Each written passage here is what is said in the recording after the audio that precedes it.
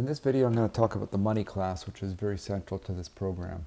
You can see on the screen here, we've got money class displayed here. This is the amount of the transaction. This is the balance of the transaction. We'll go look at the implementation for this.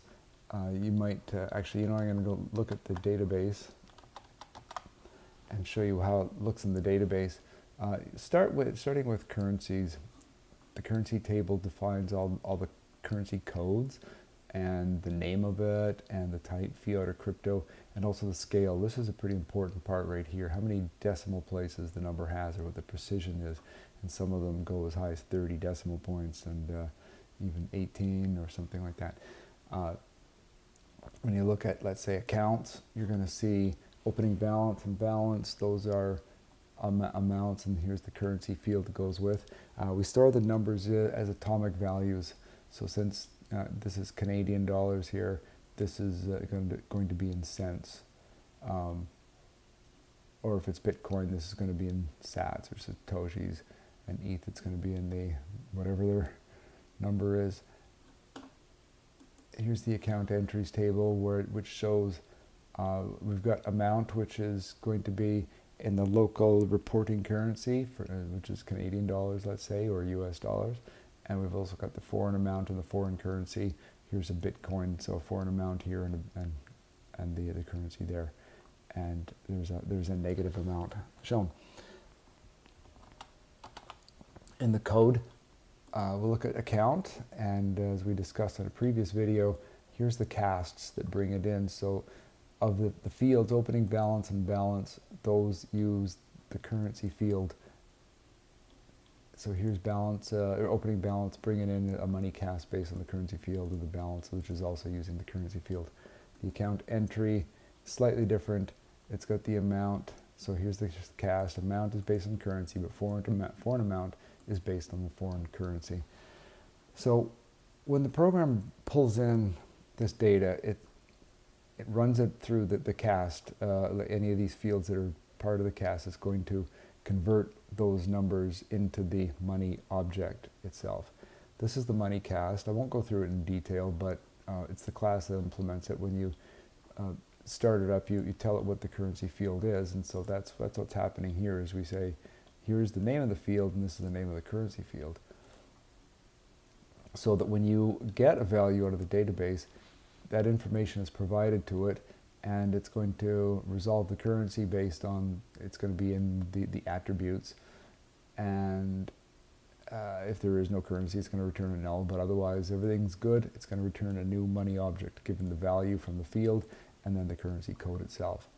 Set is going to be the opposite. It's going to take a money object and then it's going to check some things. It'll resolve the currency and make sure that's the expected things, make sure everything looks good before we store it in the database for integrity. And then finally it's going to say, if we have a currency field, then it's going to store two values in the database. One's going to be the amount itself, and the other is going to be the currency. Otherwise, if there is no currency field, it would just store the amount. And this is a helper function internally. So that's money cast. So then we've got the money object itself. And so this is used throughout. So let's show a usage of it. If I go back to account, we've got a function called apply amount. So this is where you want to, if you're calculating the balance, let's say, this is the amount that you want to apply to the account itself in order to get a new balance. So you add that, you'll subtract that. And so that's what does that, is applying the amount. We're given a money amount, maybe a fee. This is an optional parameter.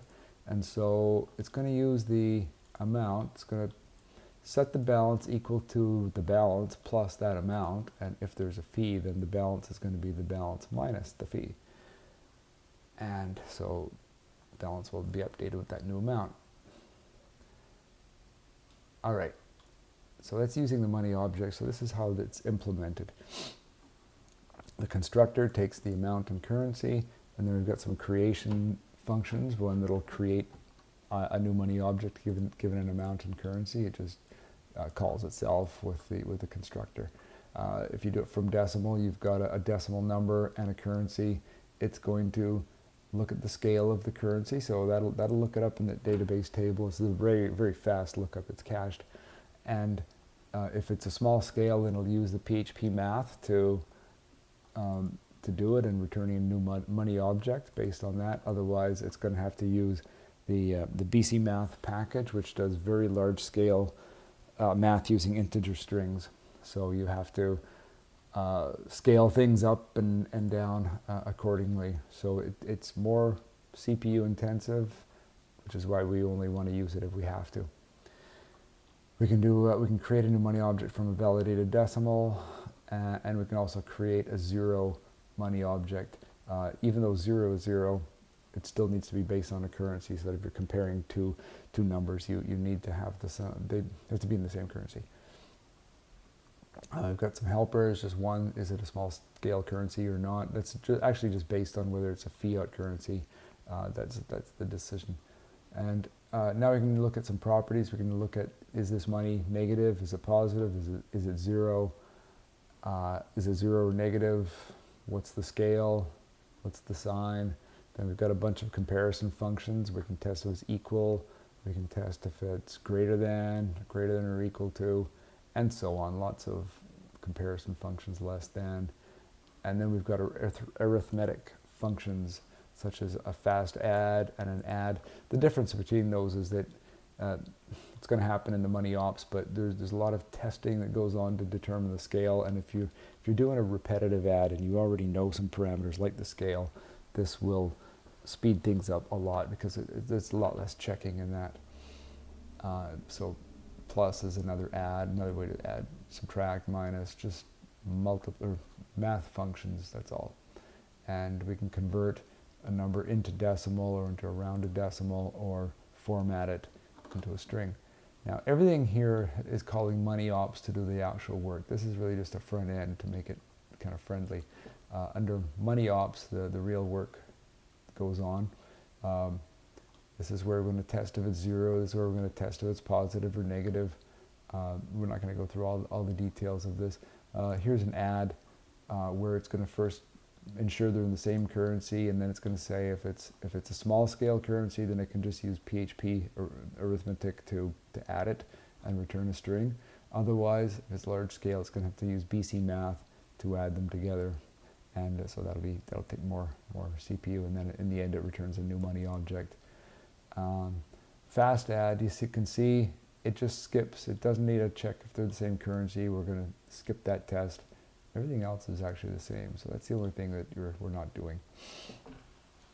This is subtracting numbers, multiplying, dividing numbers, negate the number, get the absolute value, and then we got all our comparison functions to tell if it's equal to 0, greater than, and so on. Just comparison functions going on here. Conversion, this is how we convert it into a decimal, and this is how we make it a rounded decimal, and this is the formatting. It's a very busy function to format.